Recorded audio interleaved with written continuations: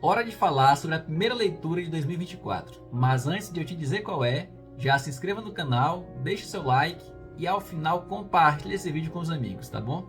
E o livro foi Quem Tem Medo da Morte, de Richard Simonetti.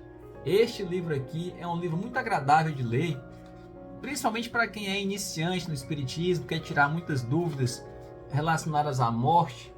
É um livrozinho ilustrado, de leitura bem simples, linguagem fluida, os capítulos são curtos e tira muitas dúvidas de vocês, tá bom?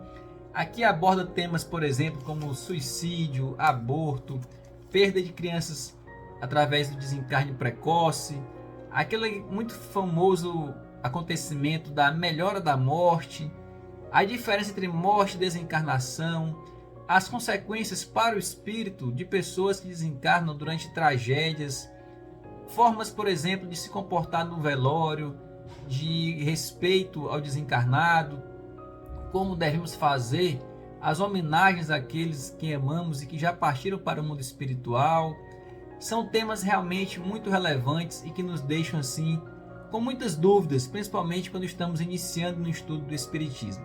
É uma leitura muito válida também para quem já tem mais conhecimento e que quer revisar alguns pontos com uma leitura rápida, tá certo? É muito indicada também para o público mais jovem, a partir ali de 12 anos de idade, de 13 anos, dá para ler tranquilo esse livro e é uma boa porta de entrada para o espiritismo. Aqui eu queria destacar para vocês apenas 3 passagenzinhas para que vocês percebam um pouco como é a atmosfera, digamos assim, do livro, que em alguns momentos é até cômico. Mas não destaquei nenhuma passagem cômica não, são passagens realmente mais interessantes para nossa reflexão. A primeira falando sobre morte de crianças e contando o caso de um pai que perdeu o filho, através do desencarne, e a forma como ele se portou assim com mais equilíbrio e serenidade. E tem um trecho da fala dele na sua oração que achei muito interessante e quero destacar para vocês, que diz assim: durante o pranto que embargava-lhe a voz, o pai sofredor, demonstrando a sua imperiosa necessidade de oração, prosseguiu dizendo: Senhor Deus, se é de teu desígnio que o nosso filho parta, Senhor, recebe-o em teus braços de luz e amor. Concede-nos, porém, a precisa coragem para suportar valorosamente a nossa cruz de saudade e de dor. Dá-nos a resignação, a fé e a esperança. Auxilia-nos a entender-te os propósitos e que a tua vontade se cumpra hoje e sempre. Nesse momento, jatos de saferina claridade caíam-lhe sobre o peito, envolvendo a criança que pouco a pouco adormeceu. Através dessa prece de fé e de resignação, o pai conseguiu beneficiar a ele mesmo e também para o filho que estava ali, no processo de desligamento do corpo e de início de adaptação ao mundo espiritual. Então, que isso sirva de exemplo para nós, diante desse momento tão difícil da perda de um ente querido, que consigamos ter este mesmo equilíbrio e serenidade. Outro ponto que eu destaquei é algo que assombra muito o imaginário, o inconsciente popular, que é o medo de ser enterrado vivo. Deve ser realmente muito desesperadora essa situação. E aqui tem um capítulo específico sobre isso, que é o capítulo 17, que aborda o tema, o velho trauma.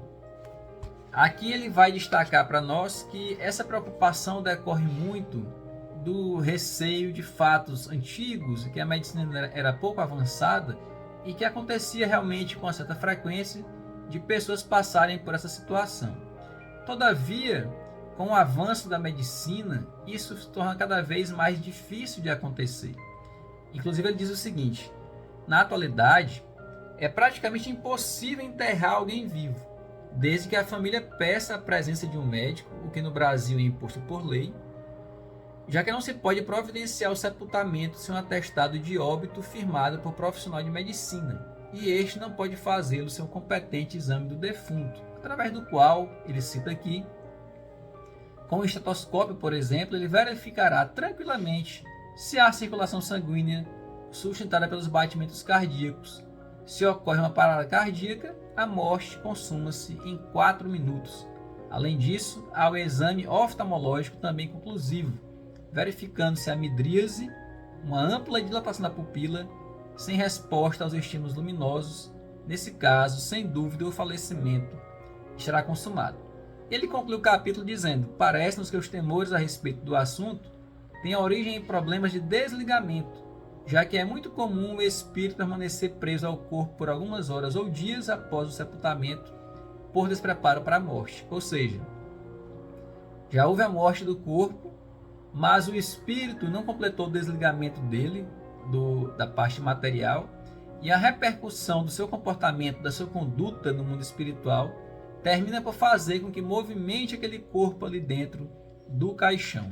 Então, podemos ficar mais tranquilos com isso, porque é cada vez mais raro que isso aconteça. E finalmente quero destacar aqui uma historinha que está no penúltimo capítulo, que é a historinha Joias Devolvidas. Conta aqui que um certo casal tinha 2 filhos e que durante a viagem do pai desses filhos, acabou que os 2 faleceram. Quando o pai retornou para casa, a mãe estava muito angustiada, sem saber como contar a ele o que tinha acontecido e com receio até de que ele pudesse vir a desencarnar por um susto tão grande. E então, ele, que era um rabi, né, retornou ao lar e ela preparou um ambiente de uma forma diferente para dar a ele a notícia. Vou ler aqui rapidinho uma passagem que é muito interessante, que fala assim: passados alguns dias, o rabi retornou ao lar. Chegou tarde, cansado após longa viagem, mas muito feliz. Abraçou carinhosamente a esposa e foi logo perguntando pelos filhos. Não se preocupe, meu querido, eles virão depois. Vá banhar-se enquanto prepara o lanche. Pouco depois, sentados à mesa, perguntavam comentários do cotidiano, naquele doce enlevo de cônjuges amorosos após breve separação. E o pai perguntou: e os meninos estão demorando? A mãe respondeu: deixe os filhos, quero que você me ajude a resolver um grave problema. Veja só a estratégia que ela adotou. O que aconteceu? Notei que você estava tão abatida. Fale, resolveremos juntos com a ajuda de Deus. E então a esposa, com a sua sabedoria, começou a narrar o seguinte: quando você viajou, um amigo nosso me procurou e confiou à minha guarda 2 joias de incalculável valor. São extraordinariamente preciosas, nunca vi nada igual. O problema é esse: ele veio buscá-las e não estou em disposição para efetuar a devolução. O marido, então assustado, disse: que é isso, mulher? Estou estranhando seu comportamento, você nunca cultivou vaidades? E ela falou: é que jamais eu vira joias assim, são divinas, maravilhosas. E o pai respondeu: mas não lhe pertencem. Não consigo aceitar a perspectiva de perdê-las. E novamente o pai dos jovens disse: mulher, ninguém perde o que não possui. Retê-las equivaleria a roubo. E a mulher então falou: ajude-me. E ele redarguiu: claro que eu farei. Iremos juntos devolvê-las hoje mesmo. Então, com aquele semblante mais tranquilo e sereno, a esposa falou: pois bem, meu querido, seja feita a sua vontade. O tesouro será devolvido. Na verdade, isso já foi feito. As joias eram nossos filhos. Deus, que nos concedeu por empréstimo a nossa guarda, veio buscá-los. O rabi compreendeu a mensagem e, embora experimentando a angústia que aquela separação lhe impunha, superou as reações mais fortes, passíveis de prejudicá-lo. Marido e mulher abraçaram-se emocionados, misturando lágrimas que se derramavam por suas faces mansamente, sem burburinhos de revolta ou desespero, e pronunciaram em uníssono as santas palavras de Jó: Deus deu, Deus tirou, bendito seja o seu santo nome. Então que nós possamos ter sempre esta mesma serenidade, este mesmo equilíbrio diante da morte, porque a morte não existe, há apenas a cessação do funcionamento do nosso corpo orgânico. O espírito retorna para o mundo espiritual, de onde veio e onde continuará a existir, até que venha a nova reencarnação e finalmente, de maneira perene, quando atingirmos a nossa plenitude da evolução espiritual. Então, esta é a dica. Gostei muito deste livro, recomendo a todos vocês. Tenho certeza que irão gostar bastante, tá bom? Deixa o like, inscreva-se no canal e compartilha esta dica de leitura com todos aqueles que você conhece, para que ajudemos a desmistificar tantos temas que estão relacionados à morte, tá bom? Muito obrigado e até a próxima.